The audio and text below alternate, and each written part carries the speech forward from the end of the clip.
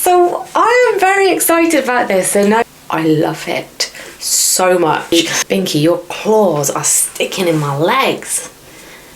Please. No biscuits today.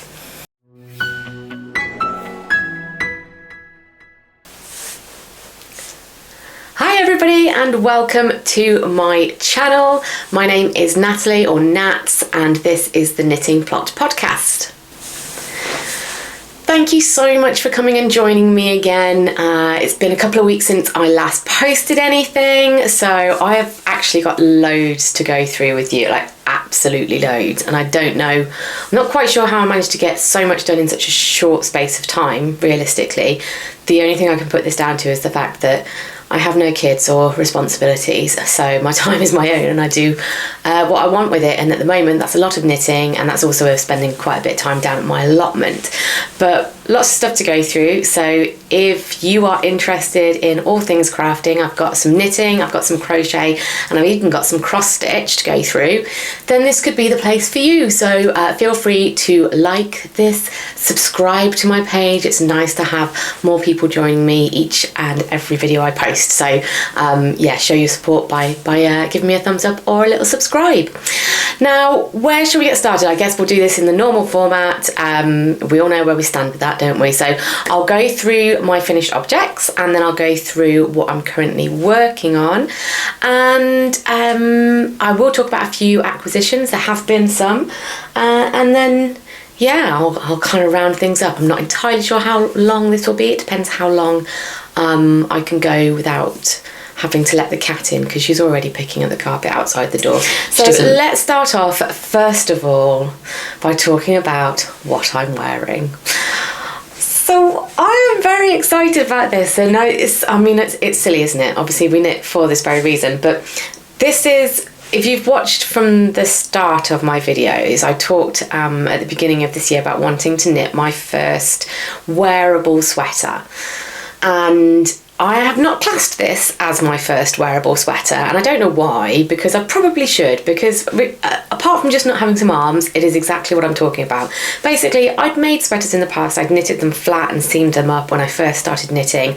I probably had one or two of those, and I wouldn't class them as being wearable. They were just very poorly done and very uneven and very ugly patterns as well. I literally just kind of went for the plainest pattern I could find at my local yarn store, and I wouldn't necessarily say they were particularly fashion forward, and I didn't make them very well because I was new to knitting. So this year I set out that I wanted to make my first wearable garment, something that I would wear outside, not just at the allotment to keep me warm, because it doesn't matter what it looks like, but something that I would wear outside of the house.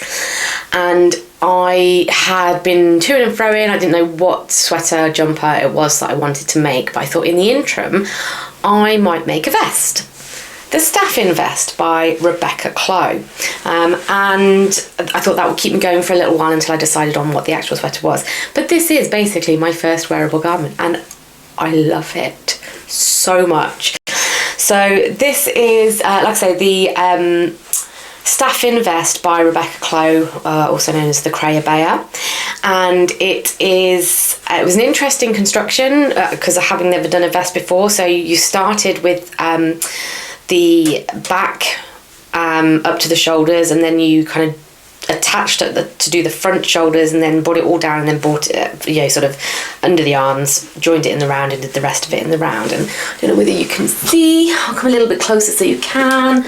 So it's a relatively cropped length, and it's got this all over patterning, which is a mixture of ribs, sort of pearl and knit stitches to create this kind of like diamond motif. It's got these, I think they're called Estonian bobbles, like a faux bobble kind of detail as well. And I'm probably not going to be able to show you because I can't step any further back, because this is actually a tiny box room, but I did a split hem on it. It's only a very short hem, probably about 1.5 inches, I guess, the hem, but I did a split hem just to give me a little bit more more of a flattering fit, I guess, for me personally. But you know, sort of, I think the pattern is just like a standard hem. The back hem is slightly longer, which I think is kind of typical for a split hem. And I did 1x1 ribbing for the neck and collars with Italian bind off. In the pattern, I think it has you can do whatever bind off you want, and I opted for an Italian bind off. And I'd done an Italian bind off before on my niece's champagne cardigan, and that was my first attempt at it, and I thought it looked really nice. I did that on the cuffs, so I thought I would give it a go on this as well, and I'm pleased that I did. And I'm just going to go and scare the cat because she's annoying me. Do you want to come in? I've just let her in and she's just going to scratch at the door to go out now because I've closed the door. What are you doing? You are not this needy. You're a cat that doesn't particularly like people. You don't need to be on my lap now that I've sorted out the cat.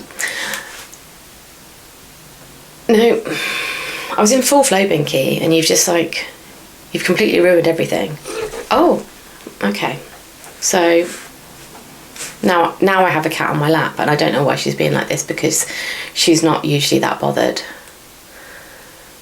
by people. Not, you know, you've got to be sat really still for her to be bothered by you, but she's obviously feeling a little bit needy at the moment, so I'm just going to go with it. So I really enjoyed knitting this vest. I think because of the all over patterning, it just kept you interested all the way through. I thought the, you know, sort of the way that it was knitting up made a lot of sense in the pattern. I was a little bit confused to start off with the chart, trying to work out where my beginning of round was in relation to the chart, because then obviously you just kind of keep repeating the chart. But I worked it out in the end, and once I got into my rhythm, I was like, yes, this is fun to do. So I've heard a lot of people say, you know, about, you know, some knitting projects being really fun. And I've always kind of thought, well, all knitting's fun. That's why we do it as a hobby. But I think I really fully understand now what they mean by this has been so much fun to make, because this really was. I love the colour as well. So this is West Yorkshire Spinners Retreat Chunky Roving. That's what I needed to get gauge. So although it's technically a chunky yarn, and I think the pattern calls for an Aran, which I believe maybe in the States is called worsted. It is a chunky yarn, and it's very Binky. Your claws are sticking in my legs. Please. No biscuits today. I'm not saying. It's this yarn I have got. So I'm just going to move my face out of the way and hopefully it'll focus on it. So you can see it is quite a chunky monkey of a yarn, which initially I was like, oh, I think I'm going to hate this. But did not hate it at all. It was nice to work with. You do have to be careful with it. It is quite delicate because it's, I don't know, I don't really understand plies and stuff like that, but it comes apart very quickly. So if it's like more than one ply, which I guess it is, it's loosely spun, so do you mind? Idiot cat. Let me see if I can pull out a bit so you can again kind of see it's very loose. And when I was doing the Italian bind off, I was terrified that with all of the friction pulling it through, because it's a sewn bind off, with all the friction pulling it through, I was convinced it was going to snap. And I think it got a bit close in places. I think one time it did snap, but it was luckily nowhere near my needle, so I was able to split splice it, because this did split splice quite nicely together. But I've got that, which is, so that's 55 grams, plus another 100 gram skein left over. So I don't know what I'm going to do with that, but I did really enjoy working with it, so I'll definitely have to find something to do with it. Do you think maybe you could get down? Would that be okay? Would that be okay if you... No, not sit down. Oh, I mean, this is my work office chair. There's really not enough room for two of us on it, if I'm being completely honest, but she's like, no, come on, you're going to have to get down. Scooch, on your bed. There we go. She's got her own bed down now. I don't know why she's all of a sudden so fussy. So, yes, I don't really know what else I can say about this. It fits really nicely. It's, you know, it's comfortable, it's warm for today. So today it's probably about 16 degrees outside, you know, typical British springtime, grey and miserable. I won't have much opportunity to wear it because the warmer weather is on its way. So I think from tomorrow, temperatures jump up to about 19, 20. But for a day like today, it's perfect as a transitional piece, which means it's going to be perfect come autumn. And I think it will be perfect into the winter as well. And actually, it's really made me think I would like to have more vests because they are so very versatile. And sometimes you just don't want a big bulky sweater, but you do want to keep your core relatively toasty. So yeah, I'm so pleased with this, and I am almost gutted at the timing because I won't get much wear out of it before it's time to put it away for the summer, but I'm going to wear it as much as I can until then. So this is finished object number 1, and this was also on my spring knitting plans, one of the things that I definitely wanted to get finished, so I'm really pleased that I can tick that off the list. Next, again, was something else that was on my spring knitting plans, and it's something that I've shown on the podcast previously, and it is my Starling Socks. Okay, so these are a vanilla sock using West Yorkshire Spinners Starling self-striping sock yarn. It's their signature 4-ply range. So it's 75-25. I think, you know what, that's a really good question actually. I don't know whether I've got a yarn band here, but yeah, 75% wool, 25% nylon. It doesn't say. I feel like the West Yorkshire Spinners signature 4-ply has a certain percentage of that wool being blue face Leicester. Yeah, it contains 35% blue face Leicester. So I don't know what the remaining 40% is. Look at me trying to do maths on the fly. What type of wool that is, but it's just an absolute workhorse of a yarn when it comes to socks. I use the signature 4-ply for pretty much all of my socks. I've had a few different ones, but I just keep coming back to this. It wears really well, it washes really well, it's comfortable underfoot. I've had some like merino based sock yarns that, I know it sounds really weird, but you know when you can feel the stitches on the soles of your feet, like too defined, like I can feel the individual stitches, and sometimes it actually aggravates my feet a little bit much. I don't have that problem with these at all. It's just yeah, a really nice yarn for your tootsies. So these are destined to be a gift, but they were on my spring knitting plans. I wanted to make sure they were finished. They will most likely be part of somebody's Christmas gift. I do have a person in mind for them, so they're just gonna be stored away until it is gifting season. But again, very pleased that I've got those off the needles. I did do these on a larger needle size than I usually would for socks. Usually for socks I use a 2.5mm needle. I'm not sure what that is actually. I could probably tell you. So a 2.5mm needle in US is a size dash. That doesn't help, does it? Thank you very much, Chowgu. I guess 1.5, possibly 2. Okay, I'm basing it on that. But I actually went for a 2.75mm needle on this one, just purely because I wanted them to be a little bit squishier and to give a slightly wider fit without going up to the next size. So that's what they are. So very pleased to have those done and dusted as well.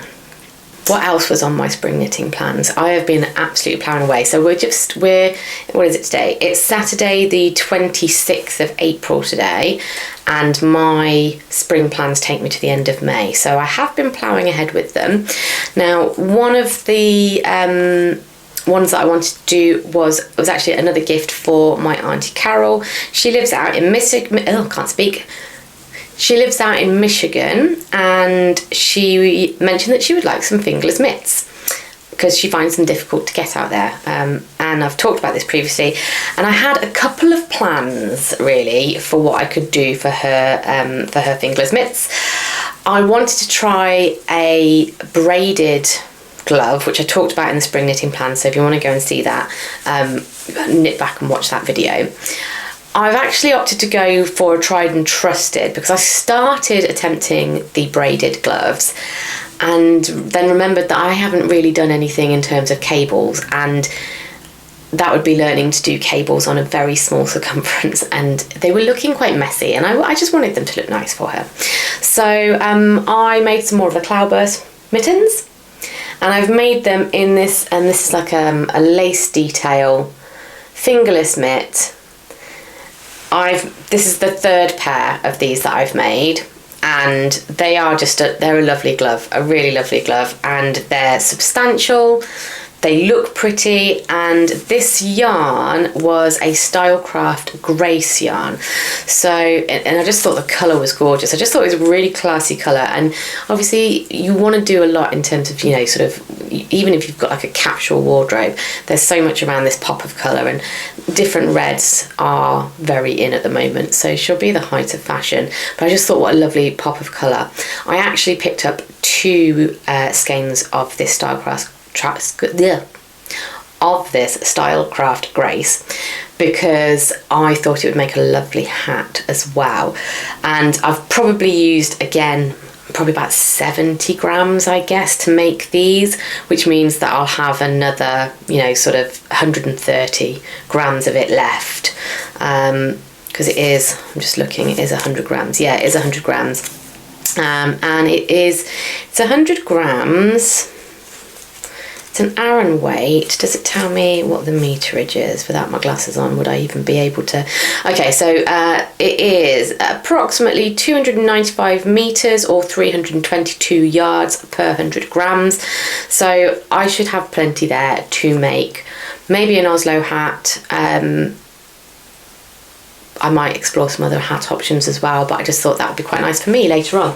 The Stylecraft Grace is 85% premium acrylic and 10% mohair and 5% wool. So it's got a really lovely substantial feel to it. It is an Aran weight, and it's not as itchy as mohair can often be, because the mohair content is quite low, but it still has that lovely kind of fuzz to it, which you can probably see if it focuses. Can you focus on that? See a bit of a halo. Oh, is it going to focus? Maybe not. But it has got a lovely sort of halo to it, but it's not itchy. So if the skin around her wrists is delicate, it won't irritate her at all. And because of the acrylic content as well, it will be pretty hard wearing. It will be relatively easy to wash as well. So I just thought they would be a really nice and practical gift for her. And she's in the UK in May, so hoping to catch up with her when she's over here, and I can give them to her then. What else have I got for you in terms of finish? Okay, so this will be both a finished object and my first work in progress. You may remember, excuse me, I did done that. You may remember that I was quite shocked to find myself signing up for a crochet along. And this was shocking to me because I haven't really crocheted much ever before. And I signed up to Nitty Natty's Float Tote crochet along. And I am pleased to say that not only did I join that and make the float tote, as you can see, here it is, my float tote, but I made it in a week. The crochet along was running from, I think, the 4th of April right through to the 30th of April. It hasn't finished yet. And I made this in a week. Look at it. It's so beautiful. It's so beautiful. And I'm already using it. Hence why it will also show you my next work in progress. But basically, the float tote is, as you can see, a tote bag. It is made, the recommended yarn was Lily Sugar and Cream. Now, I know many people who have used this will be like, oh, why would you do that? Because this stuff is pretty, so this is the Lily Sugar and Cream. I've got one of these balls left and a little bit, like literally just that much of the navy. And it's obviously cotton, but it's pretty rough on the hands, and more so because to make the float tote you hold this double to make it really nice and thick. But I can fully understand why this is the recommended yarn. I mean, the fact that it's quite cheap is an absolute bonus in my mind, but it works so well with this kind of product because this has got to be sturdy, it's got to hold its form, and it absolutely does. And obviously this cotton is washable as well, so when it gets a bit grubby you can throw it in the wash. Brilliant. Now, the idea behind the float tote is that this is for people who, it's a project bag effectively for colourwork projects. And inside this bag, which also can be folded down into a basket, there's like a tray. Okay, I'm just going to unpop this now and fold it down. There is a tray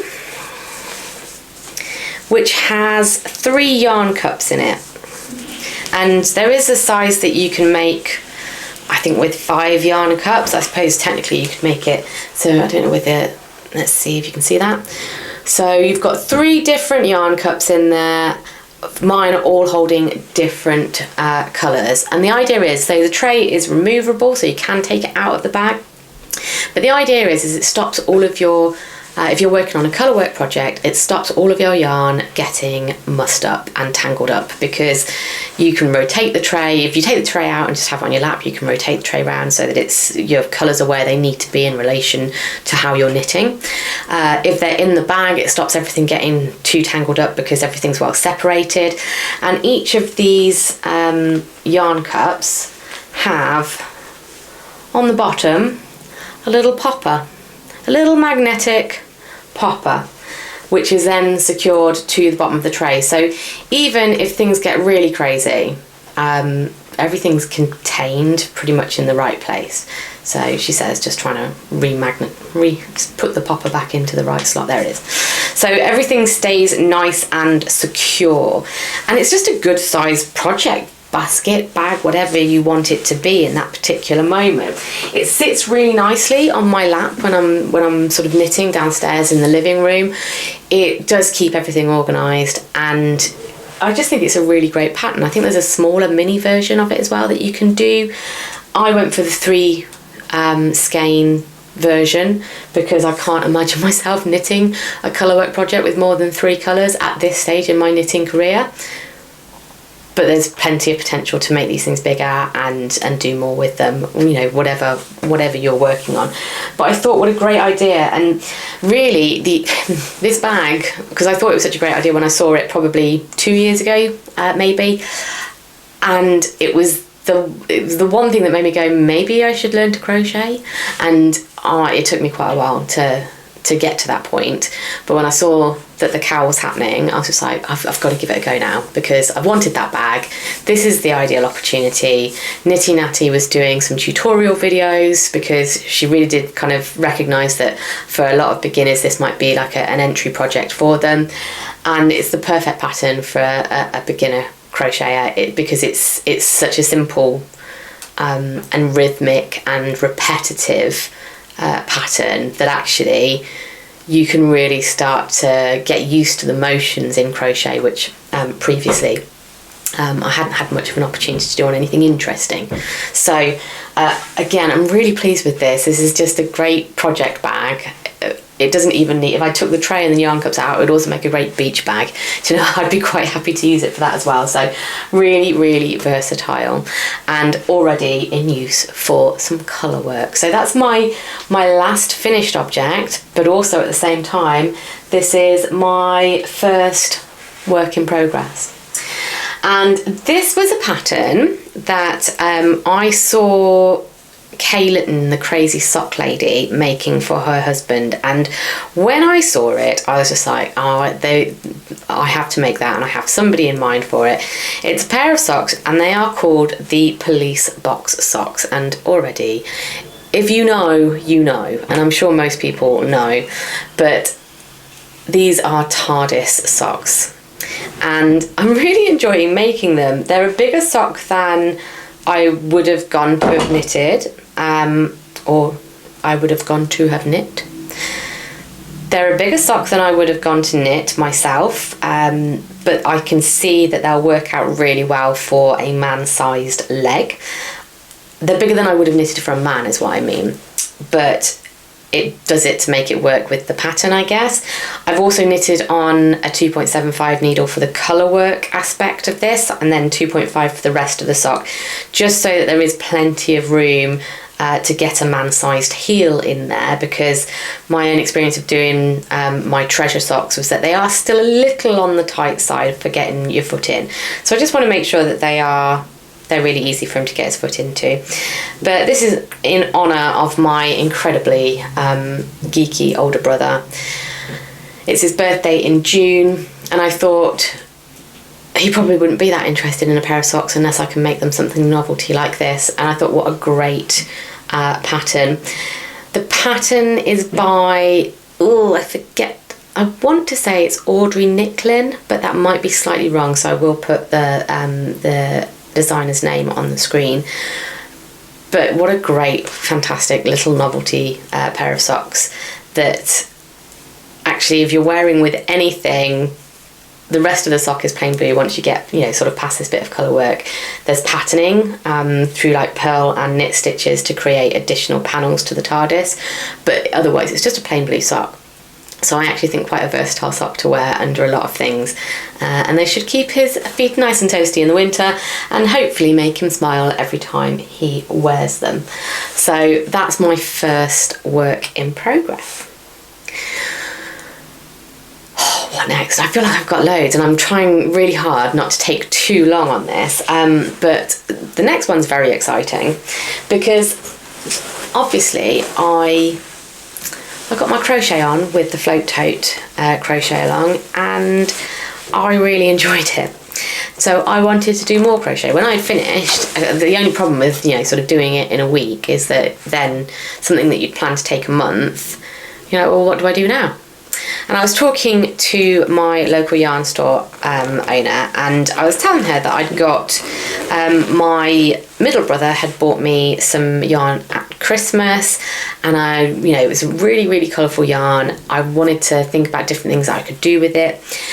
And I noticed that she was crocheting a shawl because she'd got that up at the till point.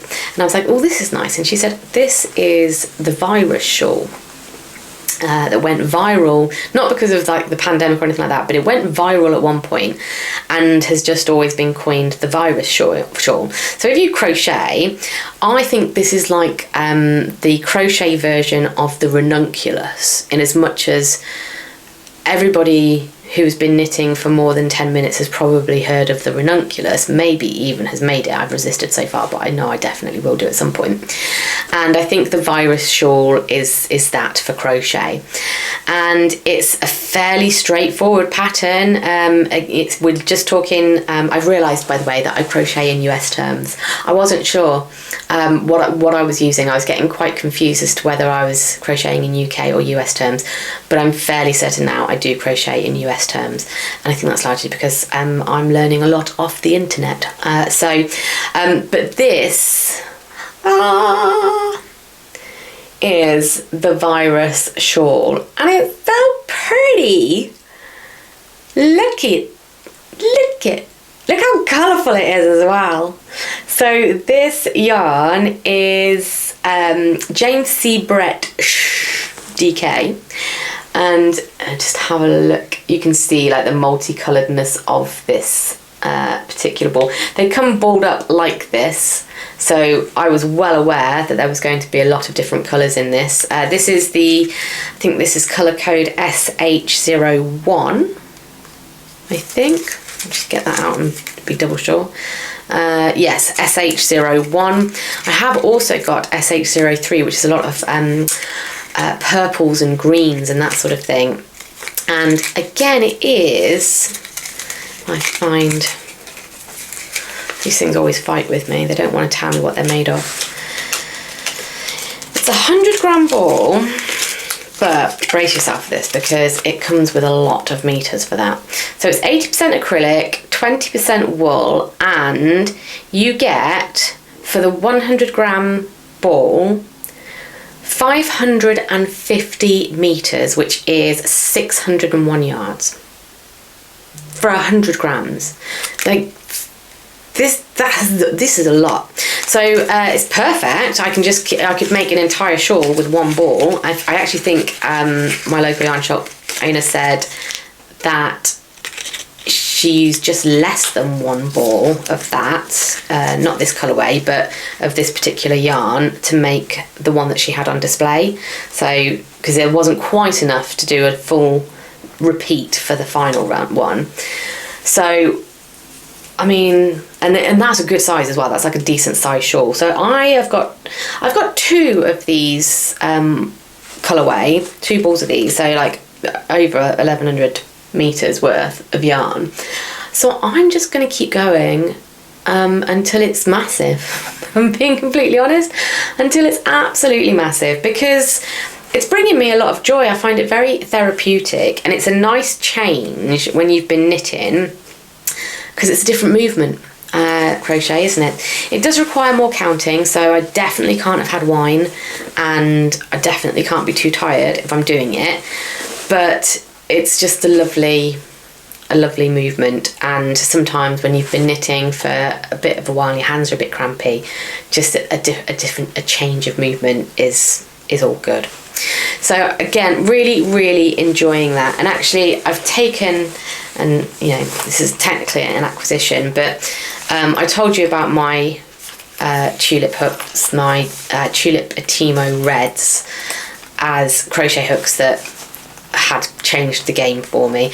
I've now bought a little case to put them all in, because the one that comes with the set, in all fairness, it's like a wrap one and it's fine, but it's, you know, that's all it really holds is those hooks, and I don't feel they're particularly well protected in there as well, and if anything happens to these hooks now, I'll be devastated. So I have now got my set. I have also got a couple of sizes that I hadn't previously had. I've ordered some of those, so they're all kept in one place.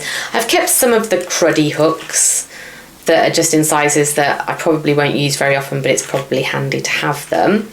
And they're all kind of kept in this little organizer now. I did want one of the red sizes in size 6, I think it was, 6mm. But I couldn't get it for when I needed it, because that's what I needed to do the float tote. So in the end I had to buy their grey and gold. It's fine though, it crochets exactly the same, it's just that it doesn't match, you know, all of my other red ones. But, you know, you can't be fussy about these things. It's about the whole crocheting experience at the end of the day.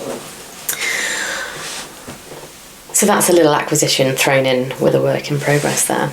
And for knitting and crochet, that's everything I've got at the moment. I have been doing some swatching though, because obviously off the back of this beautiful thing, I need to think about what my next project is, and I have now decided on a pattern, and I'm going to completely forget what it's called now, and I haven't even got my Ravelry up here for me to double check. It's a Tori U pattern. I think it might just be called the Basic Raglan or something like that. Well, it's not basic, but I'll put it on the screen. And it's a raglan, but it's got a textured sleeve, which I thought was just a bit more interesting. And I have purchased my yarn and swatched, and here is my little swatch. Get my face out of it and it all.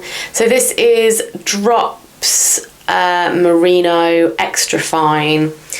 The pattern suggests a 4mm needle. I got gauged with got to gauge with a 4.5mm needle, so that's what I'm going to be using.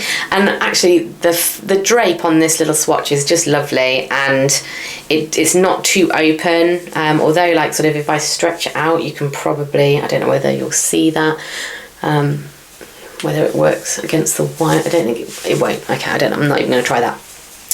But it does perhaps sometimes look a little holey when I'm holding it up to the light, but I have like stretched it out on my skin and on white tops, and you can't really see through it or anything like that. So even though it's that larger needle, it does give it that drapier fabric, but it's not holey. So that's a good thing. So that, I'm not sure when I'm going to start that, if I'm being honest with you. Like, I want to start it right now because I'm a child and I've made one vest and instantly want to be making other sweaters, but I do have to be mindful of the fact that these projects are supposed to last me. So, swatching. Happy with that swatch. Know what my plan is for my sweater. Next work in progress is a cross stitch. So if you're not into cross stitch, I apologise, but hopefully you will appreciate the fabulousness of my disco chicken, also known as a peacock. This is a Bothy Threads cross stitch. I'm kind of chopped his head off, but I am so very near the end with this. I've literally just got some tail feathers to do and a bit of back stitching, and then he will be good. He'll be a happy little peacock. Hopefully that's showing on there. And then I will just have to work out how I want to display him. And I can get started then on another one, because I have enjoyed doing these cross stitches. It's been so long since I've done cross stitch. And this has taken a long time because it's not something I do every single week. But sometimes I just like to spend a couple of hours doing it, and seeing it all come together over time is really satisfying. I did get myself a little acquisition this week here, which is this little needle minder here, which is a caterpillar cross stitch, little Highland cow. How cute. Because I kept dropping my needle, and my carpet is grey, and you should try finding a needle in a grey carpet. So yeah, I'm really pleased with that.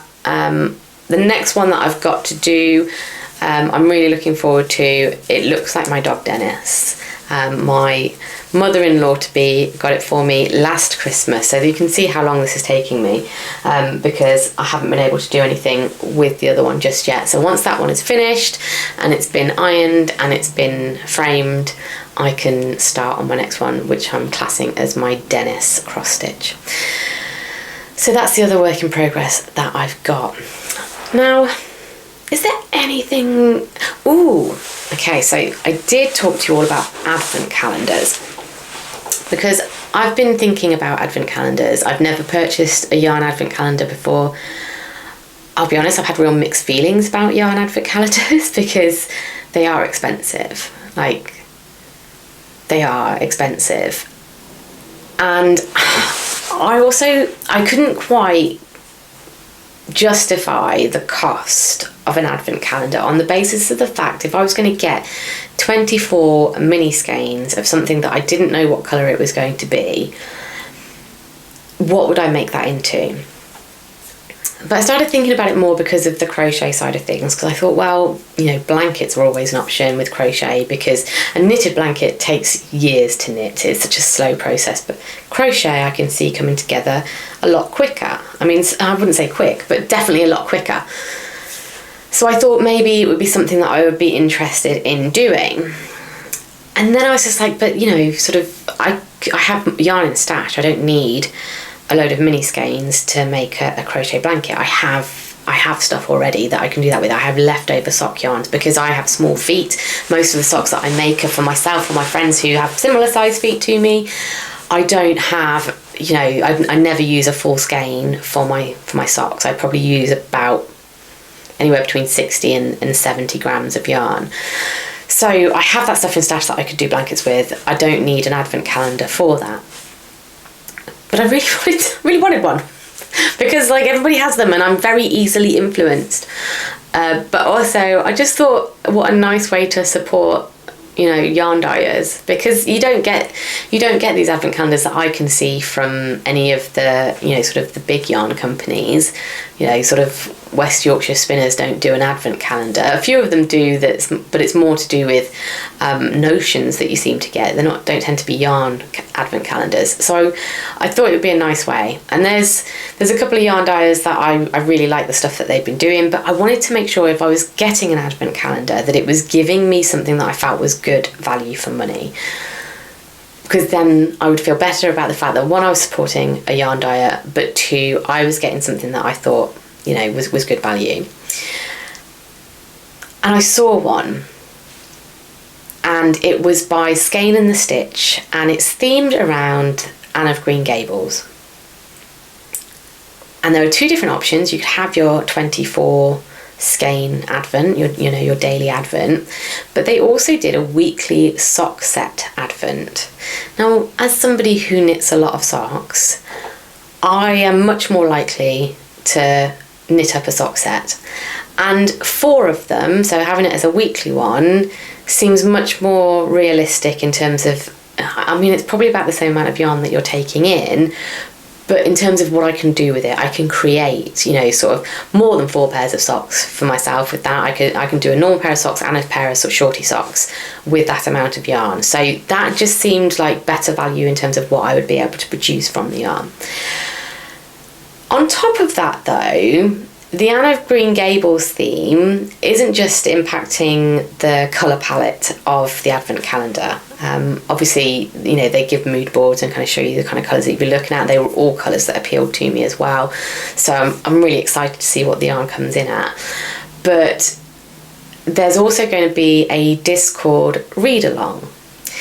And for me, this is where the real value came in, because I love the idea of doing the crochet along, the Nitty Natty crochet along. There's been a Discord group to be a part of.